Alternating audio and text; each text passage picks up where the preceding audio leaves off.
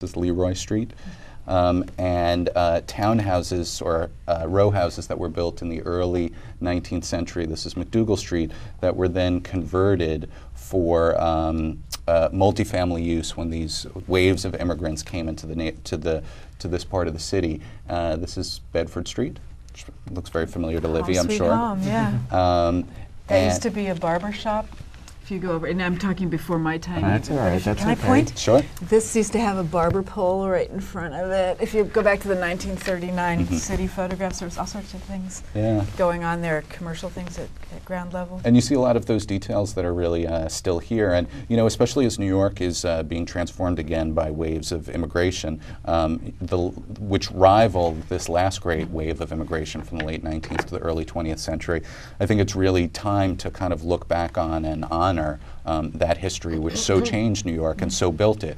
And I think the South Village is just really the perfect place to embody what happened in New York and to be able to still see it and to still touch it and celebrate it. It's so true. On my street, the presence of Italian families who've been there for generations is clearly still there. If you hold up the picture with the laundromat, this is where you can even see the chairs. Lawn chairs are out there, and people from old Italian families sit there. Peter Carey, who was a Booker Award-winning novelist, used to live a couple of doors down there, and in one of his recent novels, there's a whole thing about the Italians on the folding chairs in front of the laundromat, because that's part of the street life that continues on from way back when. And that's also really what Jane Jacobs was talking about when she's Eyes on the Street, which really helped inform how we're thinking about the city now, or how some people are thinking about the city, not necessarily the people in the administration are thinking about the city. But it's interesting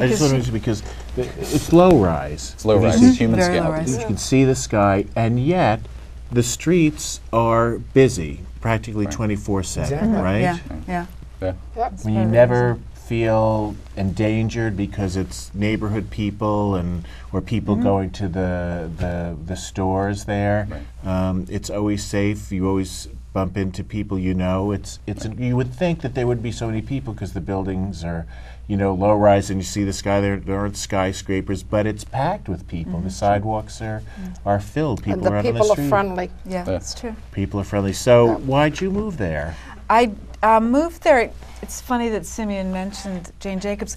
I like that kind of gritty feeling. The West Village is really beautiful, and thank God it's we were for that, and we're happy that much of it, although there's still more to do, but much has been done. Thank you, everyone. Designation's only the beginning. Right. Only the beginning. Thank you. But what I liked at the time, it's become, it's changed, but I liked that kind of interplay because it was still such a mixed neighborhood. It was like there were a couple of rich people, and there were poor people, and there were tenants interim leasing housing, and there were little shops here and little shops there, and there was just a good street mix. It was very Jane Jacobs, much more so even than the West Village, where she wrote Death and Life of American Cities. I just loved that. I loved that gritty. I liked that everybody was out on the sidewalk in lawn chairs, and I liked that every 4th of July the law would be broken and firecrackers would go off. And so, I really appreciated that about it, and it's just become richer the longer I've stayed there, as I get to know more and more of the very different sorts of people that have lived there. Jimi Hendrix stayed a few doors down from there with his friend Mike Quashie, the limbo king of New York City and the world, who still lives there. And Malachi McCourt had a building lived in a building down on Downing Street, where his brother Frank stayed with him as they were both writing. There's just a lot there on the street and what happens behind the walls. And Lucy, don't give the address, but who lives in one of those townhouses in the South Village? Patty Smith. Patty Smith. She stays there, right? Simeon, why is the South Village important for the city?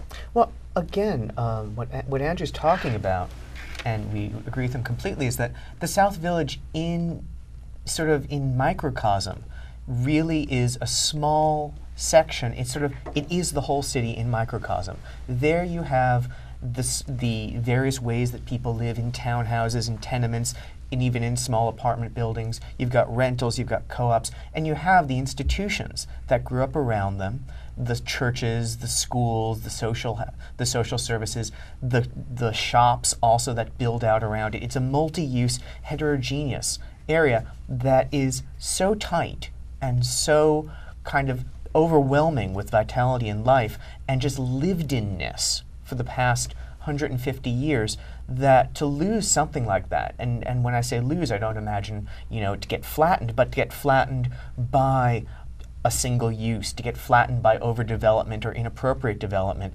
would be a great tragedy. It would end up being a hole in the city.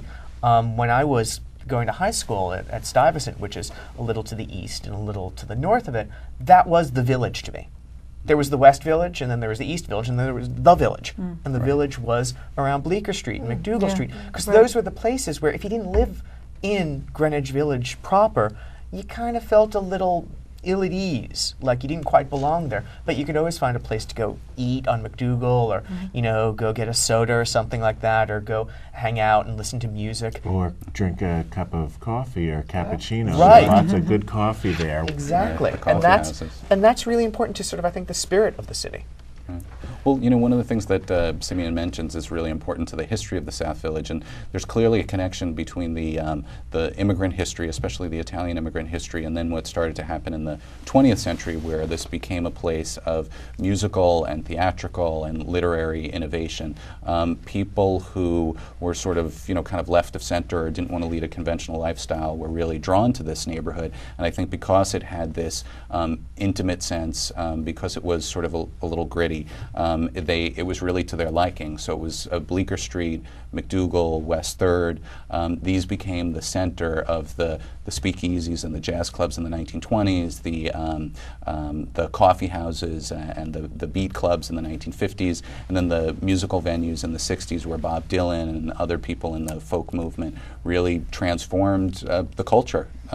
So it really is just so rich in layers of history that are interwoven. And there's just not a lot of places like that you can think of.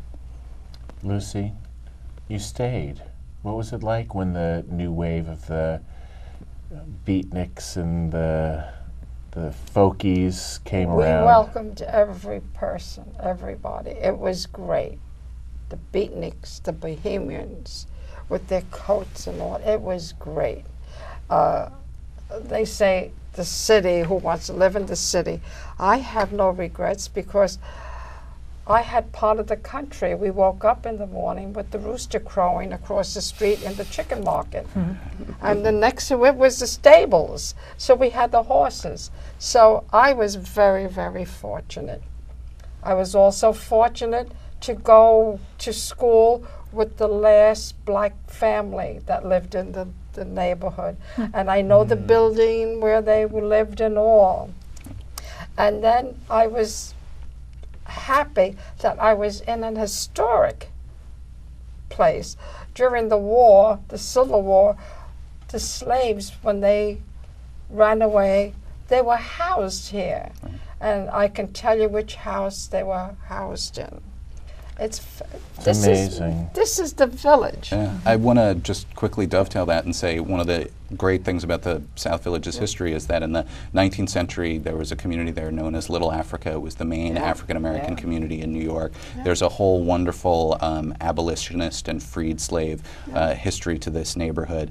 It's just one of the many great layers that the South Village captures. Yeah. And Livy, when you arrived, there was sort of a snapshot in history on your block, yes? It was Right. What do you do without having, a designation to encourage your neighbors to keep their buildings, appropriate? Appropriate. Well, we had a really interesting example recently. Village Care of New York is a facility that provides all sorts of health services in southern Manhattan, and they wanted to build a nursing home on our block, and because it's not designated, they had the right, due to a zoning, not loophole, but a zoning provision that as a community facility they could build twice as high as anybody else could, which would have been way up there. And it was about a 2-year conversation with them to negotiate the height down to something more in keeping with what the rest of the neighborhood is, to make it, to retain the street wall, which has been preserved on both sides of Downing, and to